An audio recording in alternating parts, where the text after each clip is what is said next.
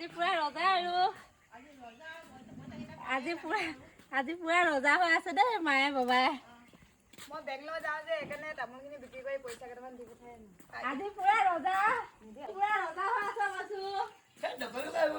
ৰজা গাড়ী আছে ঘোঁৰা আছে।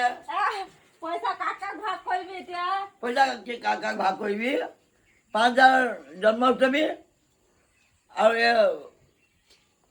5,000 জন্মাষ্টমী তাৰপৰা বিহু সকাম বেয়া কৰিবলৈ নাম পাতি বেয়া পৰা আৰু বাকী পইচা টিংপাতখিনি ওলাবলৈ মুখত নোলাই।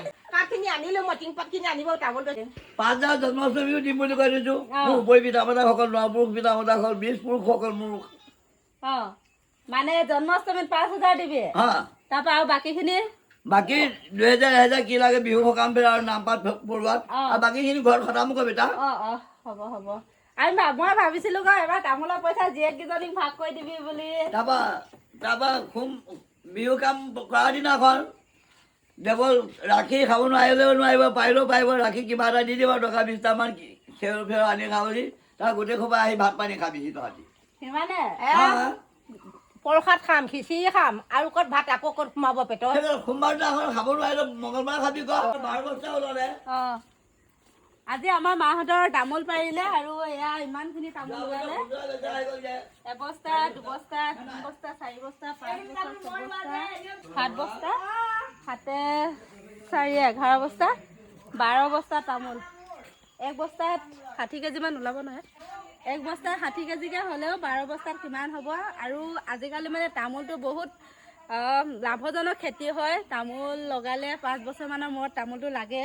কিন্তু প্ৰত্যেক বছৰে যদি 100 জোপা তামোল থাকে 50-60 হাজাৰ টকা চকুমদি পোৱা যায়। আৰু এতিয়া কুমলীয়া তামোলৰ দাম প্ৰায় 39 টকা হৈ আছে। এতিয়া দেউতাহঁতেতো হ'লচেলত দিছে, কিন্তু কেইটকাকৈ পায় নাজানো। আৰু এই তামোলখিনিয়ে বহুত সহায় কৰে মাহঁতক। কিন্তু আজি ভগৱান শ্ৰীকৃষ্ণ আশীৰ্বাদে তেওঁৰ ওচৰত আছো কাৰণে দেখা নাই ল'ৰা ছোৱালীক জাক জমক হৈ জিলিকি আছে।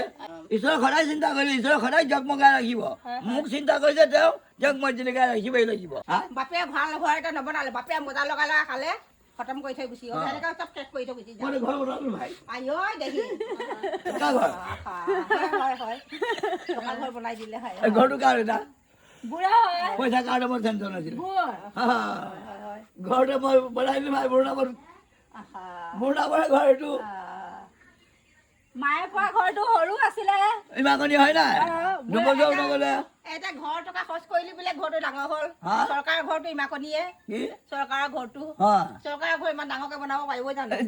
ঘৰ মোৰে এইটো। হয়